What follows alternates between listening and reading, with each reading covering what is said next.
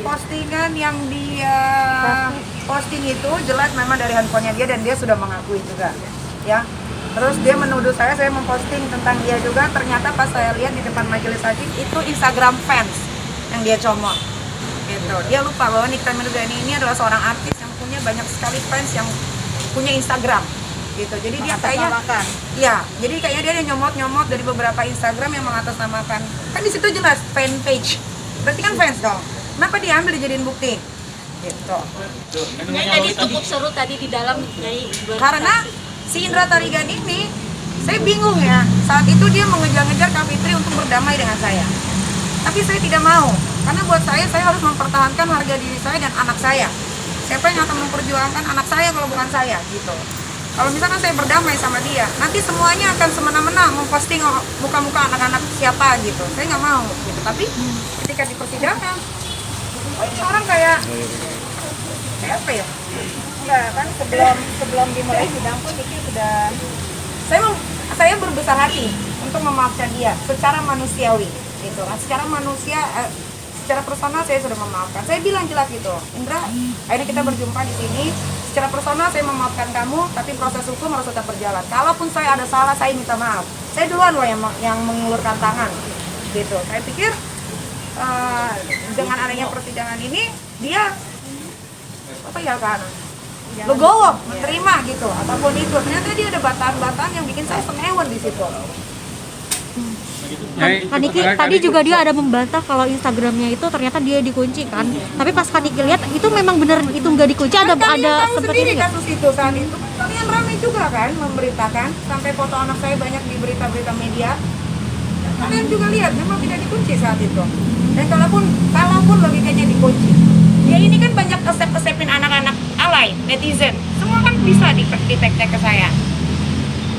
Gitu loh. Nih, barusan kalian itu gimana nih kita dijadikan alibi? Kalau kalian ingat 2018 dia pernah jadi kuasa hukumnya Chris Hatta dan dia membela mati-matian Chris Hatta. Saat itu dia diundang di Pagi-Pagi Pas Depi ya, which is adalah hostnya saya dan Billy Saputra. Di saat itu saya sebagai kakak dia, of course saya ada di sampingnya dia selalu. Saya tidak pernah menghajar yang namanya Indra Tarigan, tapi Indra Tarigan di situ kalian boleh cari tahu ya, 2018 di situ awal mula dia selalu menghajar saya. Karena saya dekat dengan Billy Saputra, sampai saya menanyakan secara langsung sama beliau, salah saya apa sama kamu?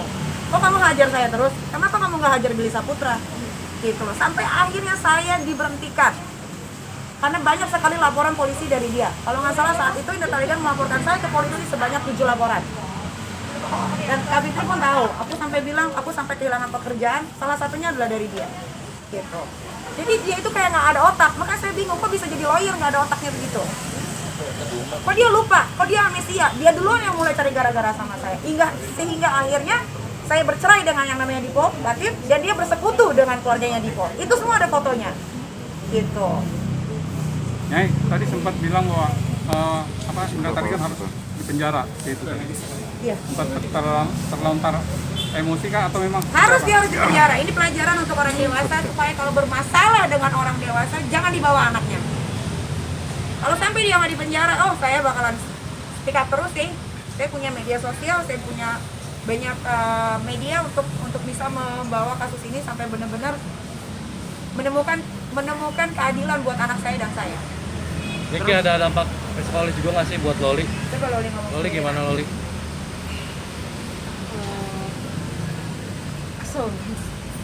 Kesel aja.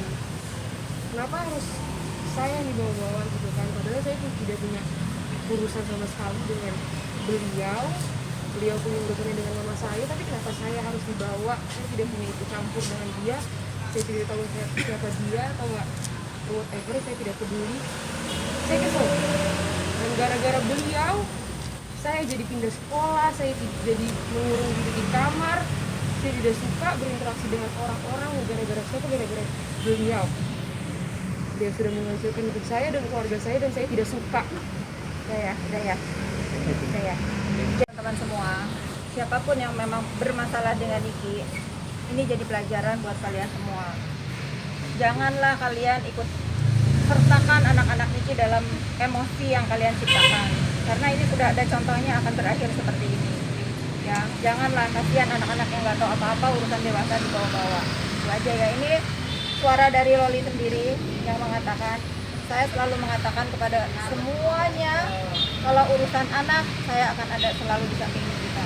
Saya tidak pernah ikut campur urusan keributan di kita yang lain. Tetapi untuk urusan anak, saya mohon keadilan kepada Bapak Hakim yang terhormat agar memberikan keadilan seadil-adilnya buat Loli. Niki melihat Loli dibawa ke pengadilan, gimana sih perasaan sebagai seorang ibu ya? Ya sedih lah.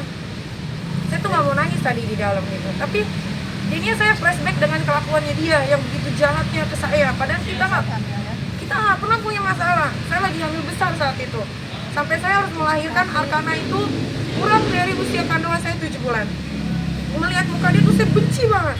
Tetapi saya mencoba untuk menahan gitu, kayak ya udah jalanin aja.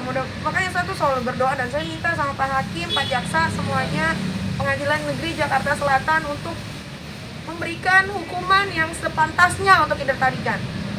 Karena ini akan menjadi contoh untuk masyarakat seluruh Indonesia gitu, bahwa kalau punya masalah dengan orang dewasa, anaknya itu nggak usah dibawa, nggak ada urusan. Kalau mau perang ya perang, ayo sama orang-orang yang bersangkutan. Yang orang yang tidak bersangkutan dibawa. Contohnya Kak Fitri. Karena dia membela saya, dia disikat sama geng-geng sampah itu. Itu kan jadi saya udah keluar gitu loh dari akal sehat. Tadi sempat menenangkan juga nggak sih buat Loli sendiri, karena kan untuk pertama kali ya sebagai anak kecil. Iya pasti. Kalau Loli tuh gemes, dia tuh sampai bilang, "Nih aku panah aja ya orangnya," sampai ngomong begitu. Dia bilang, dia bisa mana dari jarak jauh gitu kan? Jangan Loli. Beda lain lagi beritanya ini. Itu karena Loli merasakan banget di saat dia biasanya dia main sama teman-temannya, ya namanya anak-anak teenager kan, pasti akan nanya gitu kan, ini postingannya Loli kok ngomongnya begini segala macam. Ya karena sosial media kan udah bisa diakses sama anak-anak remaja juga ya, jadi bahaya. Sama anak-anak lo yang lain kan Loli kan ibaratnya jadi korban nih. Anak-anak Untuk udah berikutnya ikut-ikutan juga, jadi mereka itu geng-gengnya tuh pada bikin akun-akun fake gitu loh. Arkana kena, Aska kena, anaknya Kak Fitri kena, semuanya kena, nggak ada otak emang. Makanya ini kalau nggak sampai nggak di penjara sih kacau. Berarti ini ada sesuatu di belakang yang gue nggak tahu. Udah itu aja. Ya terima kasih semuanya. Kita foto dong.